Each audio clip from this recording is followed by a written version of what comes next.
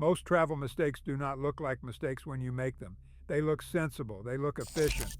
Sometimes they even look like saving money. But for older travelers, a few small decisions can quietly make a trip more stressful, more expensive, or harder on the body than it needs to be. So let's start with the first mistake because it can ruin the trip before it properly begins. Mistake number one is treating arrival day like a normal vacation day. This one sounds harmless. You land in Rome, Barcelona, New York, or Athens, and you think, well, we're here now, let's not waste the day. So you book a walking tour, or you plan the museum, or you drag your luggage across town, check in, shower, and go straight back out. But arrival day is not a normal day. If you've crossed several time zones, your body is not fully there yet. Jet lag does not just mean feeling a bit sleepy. It can affect your balance, concentration, decision making, appetite, and patience, and that matters more than people think. Because the first day is when a lot of small risks stack up. You're tired, you're dehydrated, you're carrying bags, you don't know the streets, the pavements may be uneven, the stairs may be steeper than expected, and if you've landed somewhere hot, your body is also dealing with temperature change. That is how people end up turning day one into a recovery problem. The smarter move is to protect the first 24 hours. Do not schedule the hardest walking day on arrival day. Do not book the once-in-a-lifetime tour for the afternoon you land. Do not make your first transfer the most complicated part of the trip. Make day one boring on purpose. Get to the hotel, drink water, eat something simple. Take a short orientation walk near where you're staying. Find the pharmacy, the cafe, the taxi stand, the nearest easy dinner option. That is not wasting the day. That is setting up the rest of the trip. A seasoned traveler does not try to win the first day. They try not to lose the first day. Mistake number two is booking the trip your past self could handle. This is one of the big ones because it does not feel like a travel mistake. It feels like confidence. You look at the itinerary and think, I've done trips like this before. But sometimes the real question is not, could I have done this 10 years ago? The question is, would this still feel good now? There is a difference between technically possible and actually enjoyable. A city may be beautiful, but if your hotel is up a steep hill, or the old town is full of stairs, or every attraction requires 20 minutes of standing in line, the trip can become more exhausting than expected. This is especially true with Europe. A lot of older American travelers imagine Europe as cafes, cathedrals, river cruises, and scenic streets, and it can be all of that. But it can also be cobblestones, tiny elevators, train platforms with no escalator, hotel rooms with awkward bathrooms, and restaurants that are a longer walk than they looked on the map. The mistake is not going to these places. The mistake is pretending the physical layout does not matter. So before you book, look at the trip through the lens of your actual day. How far is the hotel from the main area you'll use every evening? Is the neighborhood flat? Is there an elevator? Are taxis easy to get? Are you changing hotels too often? Are you packing in 3 cities when 2 would be more enjoyable? A good trick is to imagine the worst hour of the trip, not the postcard moment, the tired moment. You're hungry, it's hot, your feet hurt, it's raining, you need to get back to the hotel. Would this itinerary still work then? If the answer is no, the trip might not need to be canceled. It probably just needs more breathing room. Mistake number 3 is booking connections with no margin. A short connection looks great when you're buying the ticket. It makes the trip look faster. Sometimes it makes the fare cheaper. And if everything goes perfectly, it can work. But airports are not designed around your best case scenario. A 55-minute connection can become a completely different experience if the first flight lands late, the arrival gate changes, the next gate is in another terminal, or you need to wait for wheelchair assistance. And this is where pride can get expensive. Some travelers avoid requesting help because they don't think they need it. They can walk. They're independent. They don't want to make a fuss. But airport assistance is not only for people who cannot walk.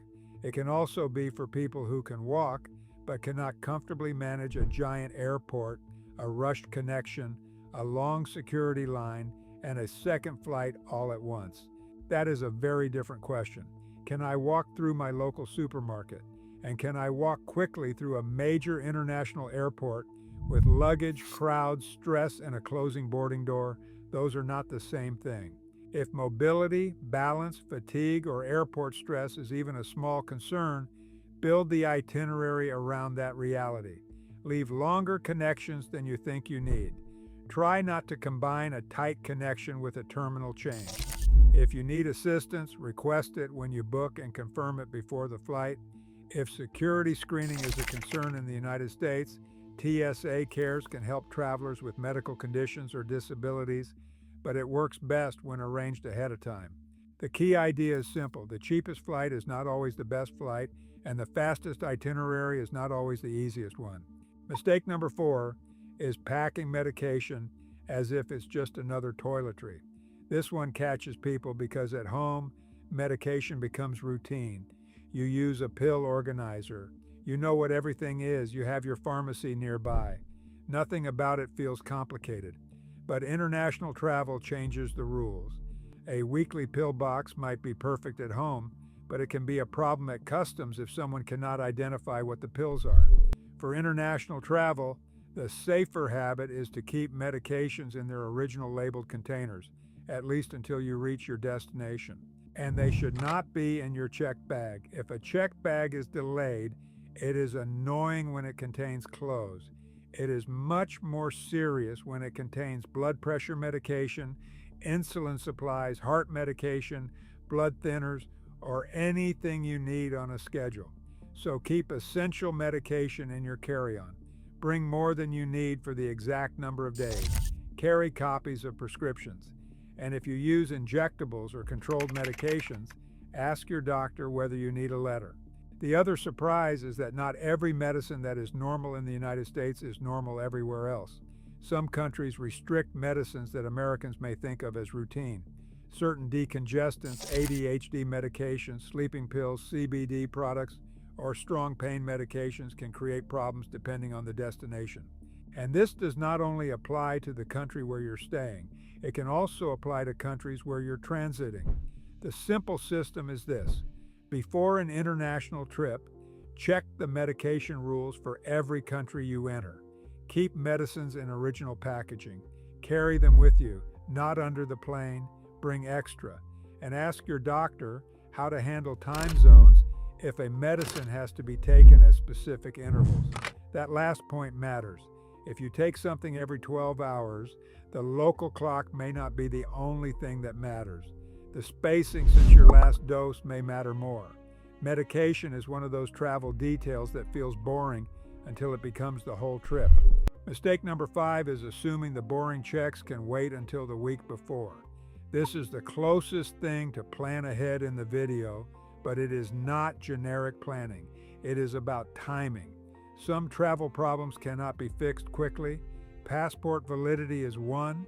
A passport can be unexpired and still not be acceptable for entry if the country requires several months of validity beyond your trip. Many travelers only discover this when they are close to departure, when the options are stressful and expensive. Health checks are another problem that cannot be fixed quickly. Travel health guidance often recommends speaking to a doctor or travel clinic several weeks before a trip, especially if vaccines, boosters, medication adjustments, or destination-specific advice may be needed. And for older travelers, this timing matters more because there may be more to coordinate. Prescriptions, chronic conditions, mobility needs, vaccine history, or whether a destination's climate and medical access makes sense for your situation. The mistake is treating all of this like packing. Packing can be done late. Legal and medical issues often cannot. A useful rule is to create a 6-week checkpoint. 6 weeks before the trip, check passport validity, entry rules, visa or electronic authorization requirements, routine vaccines, destination health guidance, travel advisories, medication restrictions, and whether your doctor needs to write any letters. This also gives you time to make smarter decisions before money becomes non-refundable. If a destination has changed, if a health issue needs attention, if the passport window is too short, if your medication is restricted, you want to know that before you are emotionally and financially locked into the trip. The boring checks are not the trip, but they protect the trip. Mistake number 6 is ignoring the health risks of long travel days. A lot of travelers think the hard part is the destination, the walking, the heat, the stairs, the tours. But sometimes the risk starts before you get there. Long travel days can mean hours and hours of sitting. Not just the flight, but the drive to the airport, the wait at the gate, the flight itself, immigration, baggage claim, and the transfer afterward. For some older travelers, especially those with certain risk factors, long periods of stillness can increase the risk of blood clots. That does not mean people should panic about flying. It means you should not treat 8 or 10 hours of sitting as if it has no effect on the body. The practical advice is very simple. Move before you feel stiff. If you can, choose an aisle seat. Stand up and walk every couple of hours when it is safe. If you cannot get up, move your ankles, flex your calves, and squeeze your leg muscles while seated. Mistake number 7 is thinking travel insurance means one thing. I left this one later because it sounds heavy, but it may be the most expensive mistake on the list. A lot of travelers say, "I have travel insurance," and then stop thinking about it. But travel insurance is not one single thing. There is trip cancellation insurance, there is travel medical insurance, there is emergency evacuation coverage, there are credit card benefits, there are cruise line policies, there are Medicare rules, and they are not all the same. For American retirees, the big surprise is that original Medicare usually does not cover medical care outside the United States, except in limited situations. And even when someone has some form of coverage, the question is not just, will they reimburse me? The question is, what happens in the moment? Will the foreign hospital require payment up front? Does the policy cover pre-existing conditions? Does it cover a cruise ship? Does it cover medical evacuation? And medical evacuation is where the numbers can get very uncomfortable. If you need to be transported to another hospital, another country, or back to the United States, the cost can be huge. So the mistake is not failing to buy any policy. The mistake is buying or relying on a policy without understanding what problem it actually solves. Before an international trip or cruise, ask direct questions. Does this cover medical treatment abroad? Does it include pre-existing conditions? Does it pay hospitals directly? Or do I pay first and claim later? Does it include emergency evacuation? Does it apply on cruises? And what number do I call in an emergency? That last question is important. In a crisis, you do not want to be searching through emails for a policy PDF.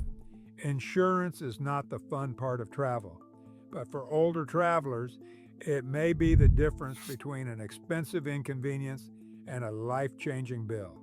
And remember, the goal here is not to make travel feel stressful. It is the opposite. If you can avoid the small mistakes that cause delays, extra costs, sore feet, or unnecessary panic, the actual holiday becomes much easier to enjoy. If you found this helpful, subscribe to Seasoned Traveler Guide for more practical travel advice, cruise tips, tourist trap warnings, and hidden value destinations. And if you have a travel tip that has saved you money, time, or stress, share it in the comments. It might help someone else plan a much better trip. Thanks for watching, and see you in the next one.